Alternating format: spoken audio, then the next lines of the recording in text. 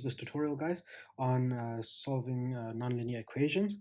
So there's two main methods that we can use. One method is called the interval methods, and the other type we can use are fixed position methods. Okay, so we'll be covering a little bit of interval method firstly, and the first one that we're going to get into is the bisection method, which is a very simple and straightforward method to understand. Okay, but some things that we need to do for the bisection method is the graph must be smooth and continuous. Okay, and secondly, we need to choose 2 points. Okay, but what's important is we need to choose 2 points A and B, let's say A and B, where the product of f of A times f of B is less than 0. Okay, what this just ensures, f of A times f of B is less than 0, just ensures that an interval lies. So if this statement here is true, then there's another point C somewhere within this interval, and f of C is equal to 0. So, and with solutions of nonlinear equations, what we're trying to do is find where f of x is equal to 0. Okay, and to demonstrate how the bisection method works, let me just draw a set of axes with our y-axis here and our x-axis here, and then let's draw a bit of let's put some points down. Let's say A, let's say B.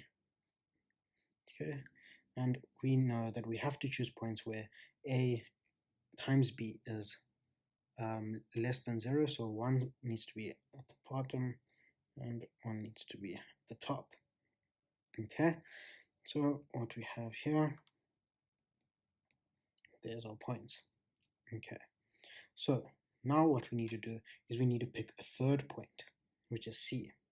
And what we do is, the logic that we work with is that we pick some point, let's say C, and if f of A times f of C is less than 0, then the interval where x equals 0, f of x is equal to 0, is between A and C. Otherwise, if f of A times f of C is greater than 0, then the interval must be between B, or C and B. Okay, and let's see if that makes sense. Okay, so f of A is here. So f of A in this case would be negative. F of C in this case would be positive. F of A, a negative times a positive gives us a negative. So that means the interval lies somewhere between A and C, which is true. Similarly, to make sure that the second condition also works, f of A is negative.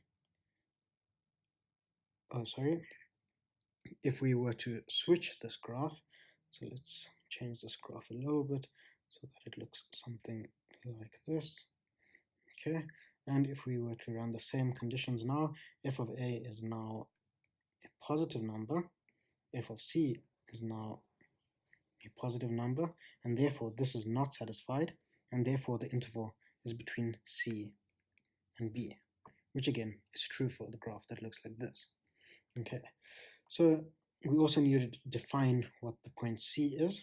So the point C for the bisection method is always the midpoint between A and B, so it is B minus A divided by 2. But also C, we can do a number of iterations, so therefore I like to title this as CI just to know where we are. Okay, so now let's get into an example, because that's the best way to practice these. Okay, so let's say that f of x. Okay, and we want an example, and we say that f of x is the graph x squared minus x minus 2. Okay, and we want to find a root between the interval of 1 and 4. Okay, so what we need to do is start with a timeline. This really helps visualize what's actually happening. Okay, so we put down 1 over here. So I like to have my x value here and my f of x at the top of the timeline. So we have our value of 1 and we have a value of 4. Okay, so what do? Now you just plug in the first value. F of 1 equals 1 squared minus 1 minus 2, which is equal to minus 2. So our value is minus 2. F of 4, which is our b value, is going to be 4 squared minus 4 minus 2, which is equal to 10. 10. Okay, so we have a positive number here, a negative number here. Our initial condition is satisfied, that we have a times b is less than 0. Okay, so now we can choose C1. C1 is going to be 10 minus 2. We're looking at the x values. It's going to be 1 plus 4 divided by 2, which is equal to 2.5. So our next value is right here in the middle, 2,5. And we plug in f of 2,5, and the value we get is 1.75. 1.75. Okay, so what now? So now we see that this is positive, this is negative. The root must lie between somewhere here.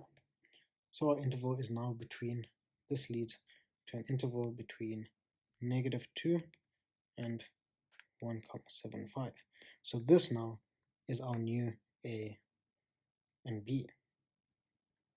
Our interval now is between 1 and 2.5. So our interval here is A and B. Okay, so we have C2, which is now 2.5 minus 1 divided by 2, which is 1.75. Okay, 1.75. Okay, f of 1.75 is equal to minus 11 over 16, minus 11 over 16. Now I know the interval is somewhere here. So I find my next C value. My next C value, just following the same steps as before, is going to be 2.125, and f of 2.125 is equal to 25 over 64. Okay, 25 over 64.